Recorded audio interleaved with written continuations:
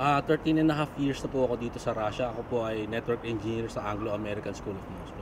Primary namin yung support ng lahat ng computer equipment namin. Yun ang main duties po namin doon. Dahil tapos po ako ng computer science sa University of the East Manila. So, nagamit ko po dito yung mga skills na natutunan ko sa Pilipinas. Unang-una po yung pagiging masipag, saka yung panangiti. Yun po talaga gusto nila dito dahil dito po yung mga tao hindi usually cheerful.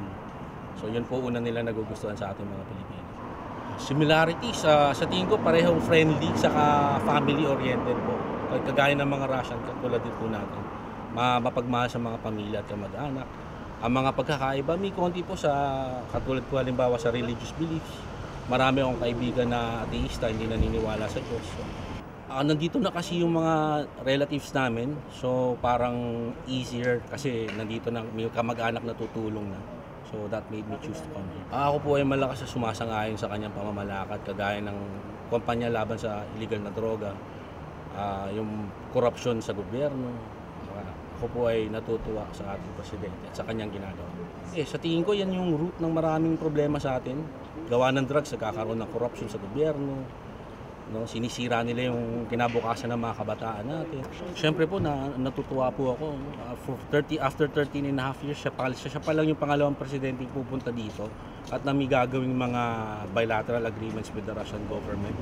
Natutuwa, kinagagala ko po ito. Sa mga gusto mag-abroad, so kailangan matutunan nyo, i-adapt nyo po yung culture nila, i-appreciate nyo yung kultura nung pupuntahan ninyong bansa, pag-aralan nyo yung kanilang language, para maging mas madali din at mas masaya ang inyong pagstay sa bansang pupuntahan ko. It's easier to support our government no matter what their plans kasi in the long term, ito para sa ikabubuti ng lahat. Mahirap kasi yung kontra ng kontra, pero wala namang ginagawa. Hindi nakakatulong sa ating gobyerno, sa ating lahat ng mga kababayan. Maigi na lang, get with the program na lang sila lahat. Meron kaming 4 major projects a year. Kasama, isa na dito yung medical mission namin tuwing fall. Meron kasama na dito flu vaccination, free check-up sa ating mga kababayan dito. Kakatapos lang ng aming sports festival to promote friendship and camaraderie amongst Filipinos here in Russia. Meron din kaming charity event sa Pasko, yung Give Love on Christmas Day. Nagpapamigay tayo ng mga damit saka mga gamit sa mga kabataan na dito sa Russia. Filipino Association in Russia, so isang socio-civic organization comprised of Filipinos here in Russia. Hindi ako yung nag-start, so I think I'm the 12th or 13th president na. Sinimulan to ng mga estudyante dito during the Soviet time, so pinagpapatuloy namin. Same layunin din.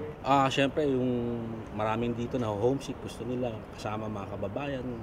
Unang-una na yung makahanap ng mga kaibigan na Pilipino din at mapamalas dito yung kultura natin, mga paniniwala natin sa ating host country na Russia. Pero po kami minsan, pag may naghahanap ng work, may nag-a-assist kami na kapag may alam kami, sinishare namin sa members ng organization na may naghahanap ng work, nangangailangan ng worker dito sa ganitong lugar, sa Puyan.